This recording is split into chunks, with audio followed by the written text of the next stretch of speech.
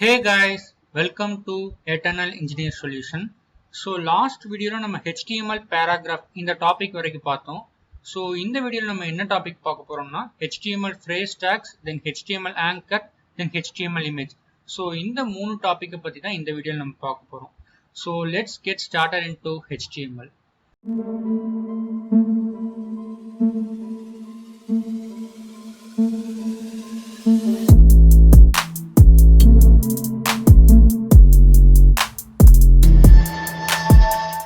So first of all, HTML phrase tags என்னன்னு பார்க்கலாம். HTML phrase tags are special purpose tags which defines the structural meaning of a block of text or semantics of text. இது என்னன்னு சொல்றாங்கன்னா இந்த HTML phrase tag கீழே ஒரு 12 tag இருக்கு. abbreviation tag, acronym tag, marked tag, strong tag, emphasized tag, definition tag, quoting tag, shortcut tag, code tag, keyboard tag, address tag. So இது எல்லாமே எதுக்குன்னு பார்த்தீங்கன்னா ஒரு HTML வெப் பேஜ் இருக்கு. ஸோ அதில் வந்து ஸ்பெஷல் டைப் ஆஃப் ஒரு டெக்ஸ்ட்ல வந்து நம்ம ஸ்பெஷல் டைப் ஆஃப் அடிஷ்னலான ஸ்ட்ரக்சர் கொடுக்கணுமோ இல்லை ஏதாச்சும் லே அவுட்ஸ் கொடுக்கணுமோ பார்த்தீங்கன்னா மார்க் டேக்னு ஒன்று இருக்கு. சரிங்களா? இந்த மார்க் டேக்ல ஹைலைட் அப்படிங்கிற வேர்ட் மட்டும் எல்லோ கலர்ல ஹைலைட்டா இருக்கு. ஸோ இந்த மாதிரி ஒரு டெக்ஸ்ட்ல நம்ம ஸ்பெஷல் அடிஷ்னல் ஃபீச்சர்ஸ் தரணும்னா இந்த மாதிரி நம்ம வந்து ஸ்பெஷல் பர்பஸ் டேக்ஸ் வந்து யூஸ் பண்ணுவோம். அதை தான் HTML phrase tag அப்படின்னு சொல்றாங்க.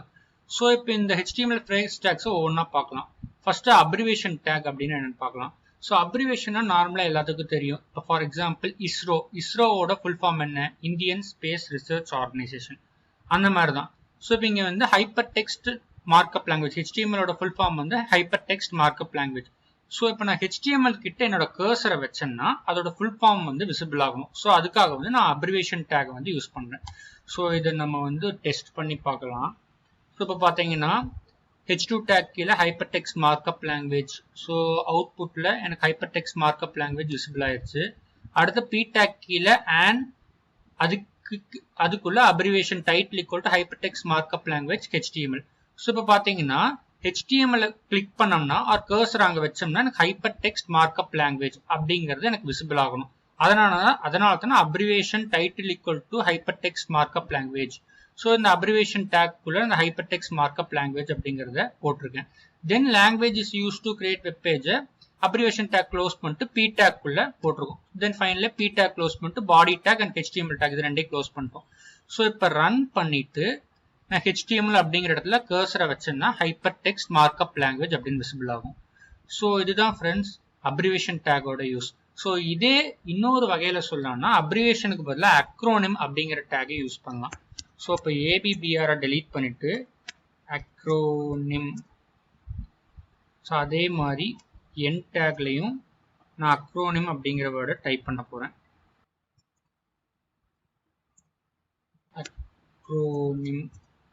அக்ரோனிம் அப்படிங்கிற வேர்டை டைப் பண்ணிட்டு நான் ரன் பண்ணிட்டு HTML அப்படிங்கிற இடத்துல கர்சரை வச்சேன்னா எனக்கு ஹைப்பர் டெக்ஸ்ட் மார்க்அப் லாங்குவேஜ் அப்படிங்கிறது ஷோ ஆகும். So abbreviation tag and acronym tag ரெண்டுமே சிமிலர் தான்.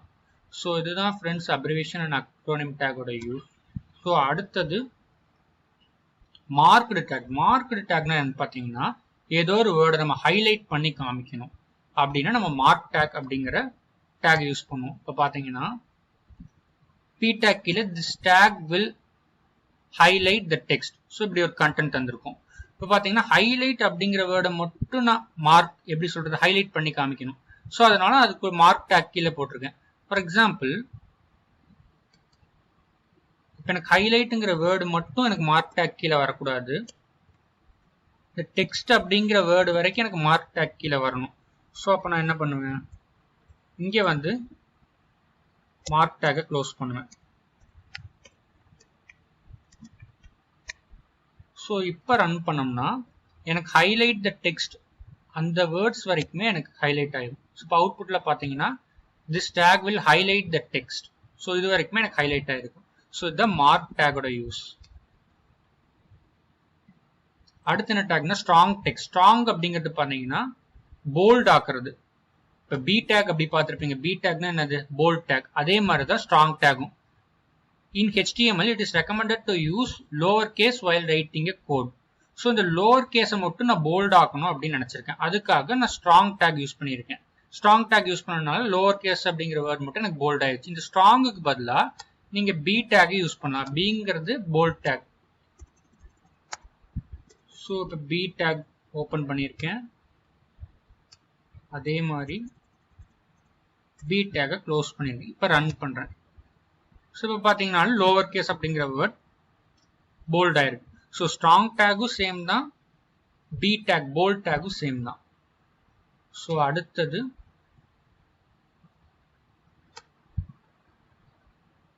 emphasized text. emphasized சேம் தான், italics I டேக்கும் சேம் தான்.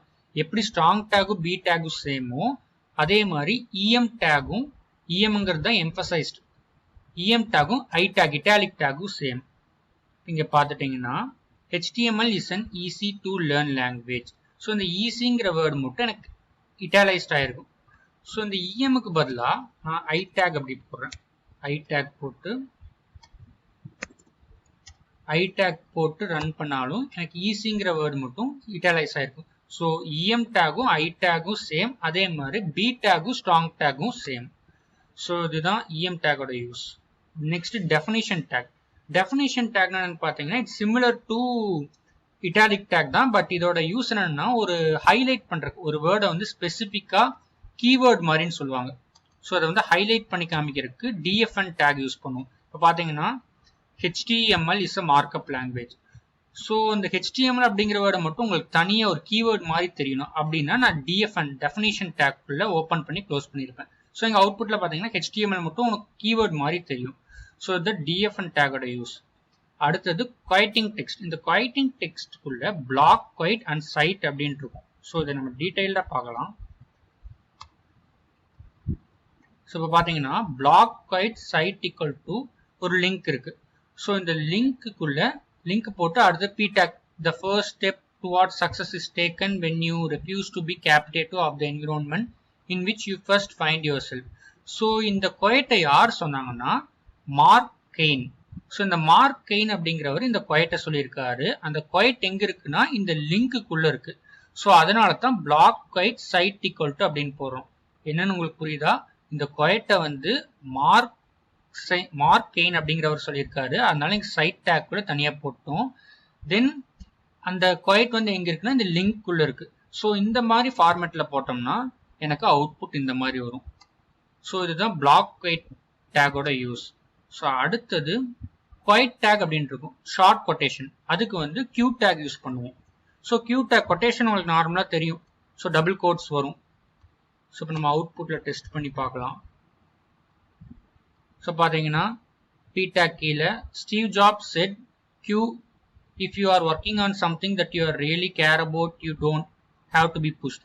ஸோ இதை வந்து கியூ டேக்குள்ள போட்டிருக்கேன். கியூ டேக்குள்ள போட்டனால இந்த இடத்துல இருந்து எனக்கு டபுள் கோட்ஸ் ஆயிடுச்சு. இதே நான் கியூ டேக்ல போட்டுட்டு எனக்கு டபுள் கோட்ஸ் வராது. இப்போ பார்த்தீங்கன்னா இந்த நான் கியூ டேக்கை ரிமூவ் பண்ணிட்டேன்.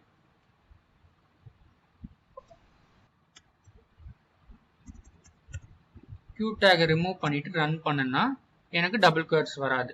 இதே நான் கியூ டேக்கை போட்டுட்டு ரன் பண்ணேன்னா எனக்கு டபுள் கோட்ஸ் வந்துடும். ஸோ இதுதான் கியூ டேக்கோட யூஸ். கொட்டேஷன் டேக், ஷார்ட் கொட்டேஷன்ஸ் அப்படின்னு சொல்லுவாங்க. ஸோ அடுத்தது கோட் டேக். கோட் டேக்னா என்னன்னா கம்ப்யூட்டர் கோட். ஒரு கம்ப்யூட்டர் கோட்ல ஃபார் எக்ஸாம்பிள் ஒரு கோடிங் எடிட்டர்ல வந்து நீங்க இந்த மாதிரி class simple public static void main அப்படின்னு டைப் பண்றீங்க. ஸோ அந்த ஃபார்மேட்ல எனக்கு அவுட்புட் வரணும். வெப் பேஜ்ல எனக்கு அவுட்புட் வந்து டிஸ்பிளே ஆகணும்னா நான் கோட் டேக் யூஸ் பண்ணுவேன். ஸோ பார்த்தீங்கன்னா பி டேக், அதுக்குள்ள கோட் கிளாஸ் சிம்பிள்.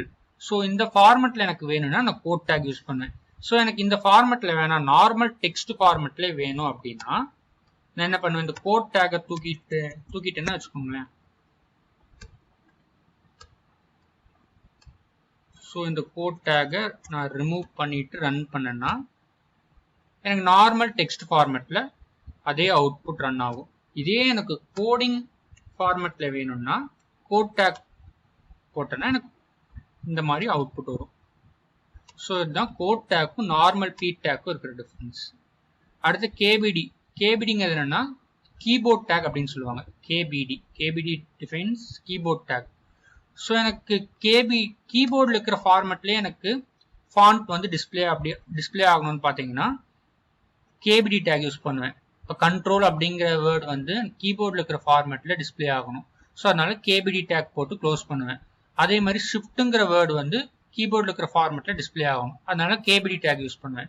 ஸோ இதே கேபிடிக்கு பதிலாக நார்மல் பி டேக் யூஸ் பண்ணோம்னா பேராகிராஃப் ஃபாண்ட்ல வந்து டிஸ்பிளே ஆகும். எப்படி நான் கோட் டேக்ல பண்ணி காமிச்சேன், ஸோ அதே ஃபாண்ட்ல டிஸ்பிளே ஆகும். ஸோ இதுதான் கேபிடி கீபோர்ட் டேக்கோட use. Then address tag. Address நார்மலாக உங்களுக்கு தெரியும். ஒரு அட்ரஸ் வந்து நான் டிஃபைன் பண்ணணும், அதுக்காக அட்ரஸ் டேக் யூஸ் பண்ணுவேன். ஸோ பார்த்தீங்கன்னா you can ask your queries by contact us on href equal to இந்த hrefக்குள்ள நான் என்னோட அட்ரஸ் போடுறேன். ஸோ இப்போ வந்து அட்ரஸ் டேக் போட்டனால ஸோ இந்த அட்ரஸை கிளிக் பண்ணோம்னா எனக்கு ஒரு மெயில் ஓப்பன் ஆகும். ஸோ இதுதான் அட்ரஸ் டேக்கோட யூஸ். அடுத்து பிஆர் டேக் போட்டு you can also visit at. So BR tag போட்டனால பிரேக் ஆயிடுச்சு. அதே மாதிரி பிஆர் டேக் போட்டு 58S கார்ஃபீல்ட் ஸ்ட்ரீட் வில்லாரிகா GA 30187 இதை பிரேக் டேக் போட்டனால அடுத்த லைனுக்கு வந்துடுச்சு. தென் ஃபைனலா அட்ரஸ் டேக் க்ளோஸ் பண்ணிட்டு பாடி டேக் க்ளோஸ் பண்ணிட்டு HTML கிளாஸ் டேக் க்ளோஸ் பண்ணிடணும். ஸோ இதுதான் ஃப்ரெண்ட்ஸ் அட்ரஸ் டேக்கோட யூஸ். ஸோ இவ்வளோதான் ஃப்ரேஸ் டேக்ஸ் முடிஞ்சு.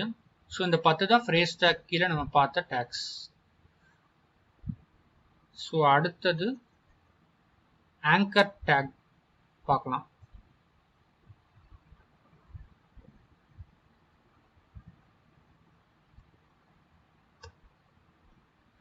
ஸோ ஆங்கர் டேக்னா ஒன்றுமே இல்லை friends, hyper link that links one page to another page. இப்போ ஒரு லிங்கை வந்து நான் வெப் பேஜில் கொடுக்குறேன், ஒரு எடிட்டரில் கொடுக்குறேன். ஸோ அந்த லிங்க் கிளிக் பண்ணால் எனக்கு ஒரு வெப்சைட் ஓப்பன் ஆகணும். ஸோ அதுக்காக நான் ஆங்கர் டேக் தருவேன். புரிஞ்சுங்களா உங்களுக்கு? ஒரு லிங்கை கிளிக் பண்ணால் எனக்கு அந்த லிங்க் வந்து வெப்சைட்டில் ஓப்பன் ஆகணும். ஸோ அதுக்காக நான் ஆங்கர் டேக் யூஸ் பண்ணுறேன். ஆங்கர் டேக் வந்து நான் ஏ டேக் அப்படின்னு யூஸ் பண்ணுவேன். href equal to அந்த லிங்கை கொடுத்துட்டு இந்த டார்கெட் ஈக்குவல் டு பிளாங்க்ங்கிறது என்னன்னா, நான் லிங்கை கிளிக் பண்ணனா எனக்கு இன்னொரு டேப்ல அந்த வெப்சைட் ஓப்பன் ஆகணும். ஸோ அப்படி பண்ணோம்னா எனக்கு டார்கெட் ஈக்குவல் டு பிளாங்க் அப்படின்னு போடுவேன். So target equal to self அப்படின்னு போட்டோம்னா இங்க பாத்தீங்கன்னா தெரியும், target equal to blank, target equal பிளாங்க்னா இன்னொரு டேப்ல ஓப்பன் ஆகும். செல்ஃப்னு போட்டோம்னா எனக்கு கரண்ட் வெப்சைட்ல இருக்கிற பேஜ்லயே எனக்கு ஓப்பன் ஆகும். ஸோ இதை நம்ம ரன் பண்ணி பார்க்கலாம். ஸோ இப்போ பாத்தீங்கன்னா ptag பாடி டேக்ல ptag click on href equal to எனக்கு ஜாவா டி பாயிண்ட் வெப்சைட்டோட லிங்க் போட்டிருக்கேன். ஸோ இந்த லிங்க் கிளிக் பண்ணேன்னா எனக்கு Java D point website open ஆகும். ஸோ இங்க திஸ் லிங்க் அப்படிங்கிறது என்னன்னா, இந்த லிங்க் கிளிக் பண்றதுக்கு ஏதோ ஒரு நேம் தரணும். ஸோ இந்த திஸ் லிங்க் பதிலாக நான் ஜாவா டி பாயிண்ட் அப்படின்ட்டு தந்துட்டேன்னா ஸோ ரன் பண்ணேன்னா எனக்கு இங்க ஜாவா டி பாயிண்ட் அப்படின்னு வந்துடும். ஸோ இப்போ இந்த ஜாவா டி பாயிண்ட்டை கிளிக் பண்ணேன்னா பார்த்தீங்கன்னா ஜாவா டி பாயிண்ட் வெப்சைட்குள்ள போயிடுச்சு. ஸோ இது வந்து எதனால வந்துச்சுன்னா டார்கெட் ஈக்குவல் டு பிளாங்க் அப்படின்னு தந்தனால எனக்கு இன்னொரு டேப்ல ஓப்பன் ஆச்சு. இதே எனக்கு டார்கெட் ஈக்குவல் டு செல்ஃப் அப்படின்னு தந்துட்டு ரன் பண்ணிட்டு இந்த வெப்சைட்டை கிளிக் பண்ணனா எனக்கு கரண்ட் பேஜ்லேயே எனக்கு Java D point website open ஆயிடும். ஸோ இதுதான் ஃப்ரெண்ட்ஸ் ஆங்கர் டேக், ஏ டேகோட யூஸ். ஒரு லிங்க் கிளிக் பண்ணால் அதோட வெப்சைட் ஓப்பன் ஆகணும்னா நம்ம இந்த மாதிரி ஃபார்மேட்டில் தான் போடணும். எப்படின்னா href equal to நம்ம எந்த வெப்சைட் போகணுமோ அதோட லிங்கை கொடுங்க. தென் ஒரு இன்னொரு டேப்ல போடணும்னா டார்கெட் ஈக்குவல் டு பிளாங்க் கொடுங்க. இல்லை அதே பேஜில் உங்களுக்கு அந்த லிங்க் ஓப்பன் ஆகணும்னா ஒரு வெப்சைட் ஓப்பன் ஆகணும்னா டார்கெட் ஈக்குவல் டு செல்ஃப் கொடுங்க. ஸோ அதுக்கு ஒரு நேம் நம்ம எந்த நேம் வேணாலும் வச்சுக்கலாம், Java D point, HTML, CSS எது வேணாலும் வச்சுக்கலாம். தென் ஃபைனலாக ஆங்கர் டேக் க்ளோஸ் பண்ணிட்டு ஃபைனலாக பி டேக்கிங் க்ளோஸ் பண்ணிக்கோங்க. ஸோ இதுதான் ஆங்கர் டேக்கோட யூஸ். ஸோ பார்த்தீங்கன்னா ஆங்கர் டேக் இதுதான் கீழே ஒரு அவுட்புட்டில் சொல்லியிருப்பாங்க. ஸோ ஆங்கர் டேக் முடிஞ்சு அடுத்து இமேஜ் டேக் பற்றி பார்க்கலாம். So same as well as anchor take.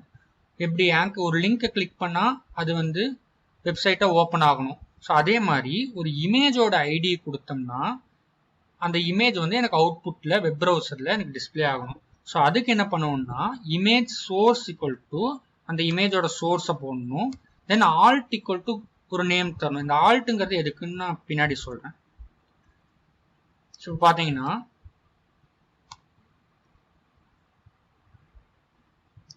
Good morning dot JPEG. So இதுதான் இந்த இமேஜோட ஐடி. அதை வந்து நம்ம இமேஜ் சோர்ஸ் ஈக்குவல் டு சோர்ஸ்க்குள்ள அந்த இமேஜோட ஐடி தருவோம். Then alt equal to good morning ஃப்ரெண்ட்ஸ்னா என்னன்னா, இந்த இமேஜ் வந்து சில ப்ரௌசர்ல வந்து டிஸ்பிளே ஆகாம போகும். ஸோ அந்த டைம்ல எனக்கு இந்த alt equal to good morning friends அப்படிங்கிற வேர்டு மட்டும் டிஸ்பிளே ஆகும். ஸோ இதை நம்ம கீழே பார்க்கலாம். பார்த்தீங்கன்னா இதுக்கு ஹைட்டும் வித்தும் தந்துக்கலாம். ஒரு இமேஜுக்கு நம்ம குறிப்பிட்ட ஹைட் தரணும் வித்து தரணும்னால தந்துக்கலாம். ஸோ பார்த்தீங்கன்னா இமேஜ் சோர்ஸ் ஈக்குவல் டு இந்த இமேஜோட ஐடி லிங்க் தந்திருக்கேன். தென் இந்த இமேஜுக்கு ஒரு ஹைட் வைக்கிறேன். 180 ஹைட்டு 300 வித் வச்சிருக்கேன். ஸோ எனக்கு வந்து இந்த இமேஜ் வந்து இந்த மாதிரி காமிக்கும். இதே எனக்கு 180க்கு பதிலாக நான் 400 பிக்சல் ஹைட்டும் 500 பிக்சல் வித்தும் தந்துட்டு ரன் பண்ணனா எனக்கு சைஸ் மாறிடும். ஸோ இதுதான் இமேஜ் டேகோட யூஸ். ஸோ இப்போ இந்த ஆல்ட்டுங்கிறத நான் என்னன்னு சொன்னேன்னா, இங்கே கீழே பார்த்தீங்கன்னா தெரியும். அனிமல் டாட் பிஎன்ஜி இமேஜோட ஐடி தந்திருக்கேன். தென் ஹைட்டு வித் தந்திருக்கேன். Alt equal to animal image. So இங்கே அவுட்புட்டில் பார்த்துட்டிங்கன்னா என்னோட அனிமல் டாட் பிஎன்ஜி அந்த இமேஜ் வந்து விசிபிள் ஆகலை அந்த ப்ரௌசரில். ஸோ எனக்கு இமேஜ் லோகோ மட்டும் காமிக்கும். நான் இங்கே alt equal to animal image name தந்திருக்கிறதுனால அந்த இமேஜுக்கு ஒரு ஐடி நேம் மாதிரி உங்களுக்கு அவுட்புட்டில் விசிபிள் ஆகும். ஸோ இது வந்து ஆல்ட்டோட யூஸ். தென் அடுத்தது ஒரு லிங்க்கை கிளிக் பண்ணா ஒரு இமேஜை கிளிக் பண்ணா அந்த ஒரு வெப்சைட் லிங்க்குள்ள எப்படி போறதுங்கிறத இந்த இதில் தந்திருக்காங்க. ஸோ இதை டெஸ்ட் பண்ணி பார்க்கலாம். ஸோ பார்த்தீங்கன்னா href equal to Java point வெப்சைட்டை தந்துட்டான். So image equal to image சோர்ஸ்க்குள்ள இந்த இமேஜ் இந்த ரோபோட்டோட இமேஜோட ஐடியை தந்துட்டான். தென் அந்த இமேஜுக்கு வந்து ஹைட்டும் வித்துன்னு தந்திருக்கான். ஸோ பார்த்தீங்கன்னா நான் ஒரு 200 ஹைட் தரேன், வித்தும் ஒரு 200 தந்துட்டு ரன் பண்ணுறேன்னா எனக்கு இமேஜோட ஹைட் மாறிடுச்சு. ஸோ இந்த இமேஜை கிளிக் பண்ணால் எனக்கு இந்த ஜாவா பாயிண்ட் வெப்சைட் வந்து ஓப்பன் ஆகும். பார்த்தீங்கன்னா ஜாவா பாயிண்ட் வெப்சைட் வந்து ஓப்பன் ஆயிடுச்சு. ஸோ இந்த மாதிரியும் பண்ணலாம் அப்படின்னு சொல்கிறாங்க. ஸோ இதான் இமேஜ் டேகோட யூஸ். இமேஜ் டேக் முடிஞ்சிச்சு. ஸோ அவ்வளோதான் ஃப்ரெண்ட்ஸ். இந்த வீடியோவில் நம்ம HTML ஃப்ரேஸ் டேக்ஸ் பார்த்துருக்கோம். தென் HTML ஆங்கர் டேக் பார்த்துருக்கோம். தென் HTML இமேஜ் டேக் பார்த்துருக்கோம்.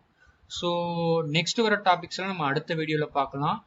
எட்டர்னல் இன்ஜினியரிங் சொல்யூஷன் சேனலை சப்ஸ்கிரைப் பண்ணுங்கள். வீடியோ பிடிச்சிருந்துச்சுன்னா வீடியோ லைக் பண்ணுங்கள். தேங்க்யூ.